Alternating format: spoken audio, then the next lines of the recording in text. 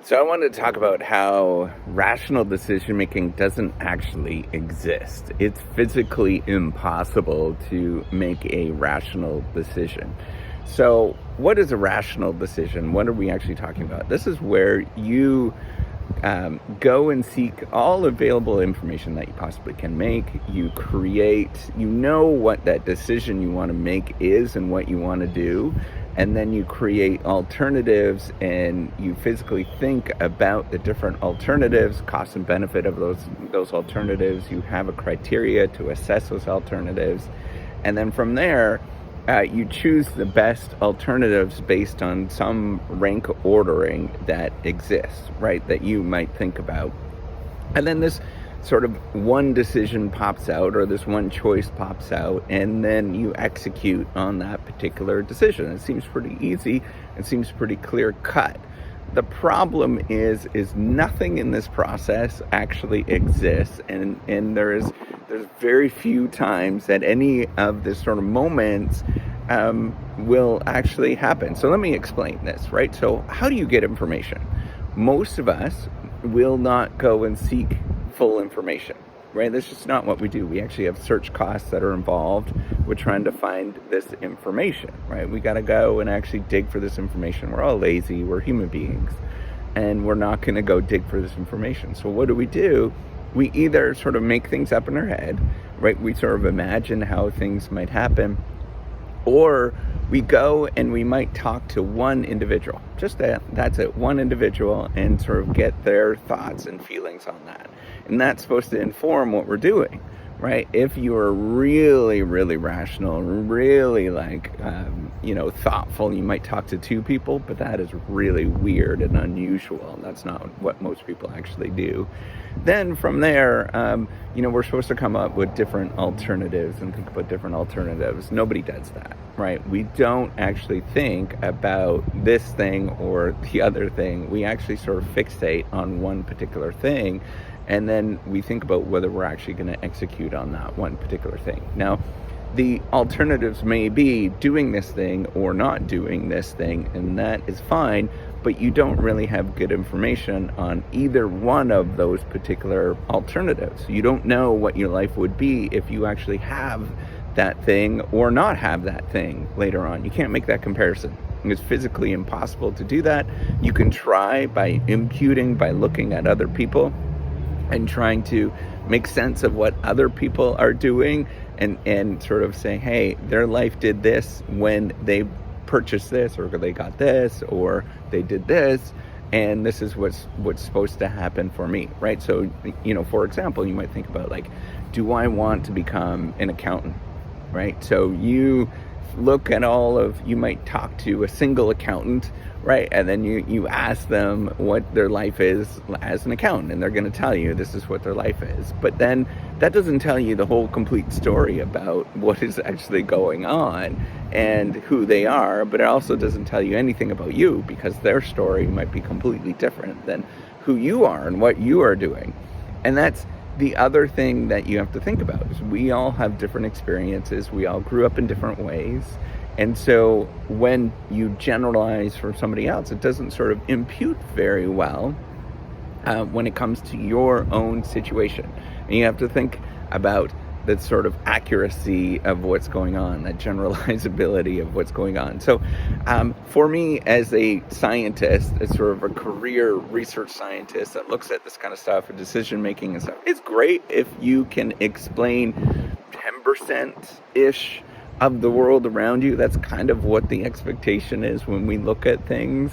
That's not a lot, right? That means 90% of the world is never explained, and you can't generalize from the world. That's pretty pathetic, to be honest. And sometimes I even see stuff that it's explaining like 1% of the world, and then that people are happy with that. So, you have to take a step back and realize that you just can't explain the whole world. Okay, so there's that. You typically don't think of many different alternatives. You might think of one. And then you sort of just go with that particular alternative. And now, how do we actually rank order and think about these different alternatives that we're supposed to magically have? We don't, right? Like, come up with criteria. Think about how hard it is to come up with a criteria of thinking of purchasing the car. What do I know? What is the sort of right car purchase for me? I might like different colors. I might like different price points. Each price point has different features, like a whole bunch of stuff, right? That it makes it really almost physically impossible to rank order and think about what you actually want out of this car. And then you have to compare it with another car that's out there, right? And you're like, I don't know what's the best thing for me. And there's really no real criteria that actually exists. And you could try to write all the different criteria that you want, different colors and all these kind of things, but it's physically impossible to do all those kind of things, because then you have to compare apples to oranges. You're putting a rank or a number on comparing color, which is qualitative, to maybe something like performance, which is a completely qualitative thing as well, right? That you're just kind of randomly picking up. So that is physically impossible. So the only thing that we have to go on is, just using this thing and sort of experiencing this particular thing. Now, the best that I can sort of see, how we make decisions, we actually don't make decisions as far as like the way that we think about it, or the way that we sort of imagine we make decisions. That doesn't exist, at least not in my world. It doesn't. Maybe somebody else they do, but not for me. And I'm pretty quote unquote rational. I think through things a lot, and I tended to make as best decisions as I possibly can. And of course, everybody thinks like that, but that's another whole host of problems that we have. So. So the best thing that we could do is just go by experience. We try something, we see, are we happy doing this thing? And if we are, then we sort of carry on with this thing. But, that begs the question, how do we assess happiness and think about happiness? That's a really hard thing to do too, right? Like, that's not clear cut. There's lots of moments where I'm like, God, this is miserable. But then I'm also happy with other things, right? Like, it's not ever clear cut, and we don't have these sort of experiences. So the best I can come up with, right, it's not necessarily learning from experience. It's not sort of decision making or anything. The best thing that I can think of that sort of reflects human nature and human reality is just bumbling, right? We bumble through life to the best of our ability. We don't know what the right thing is. We try to come up with something, and we just bumble through it. Now, we could try to come up with better solutions and better ideas, but we never know what the right answer is. And so the thing that we tend to do is just bumble, to think about things. We sort of think we think about things, but who knows if we're actually thinking about those things, right? The only thing that we can know that we're doing is just living life, going through it and experiencing it.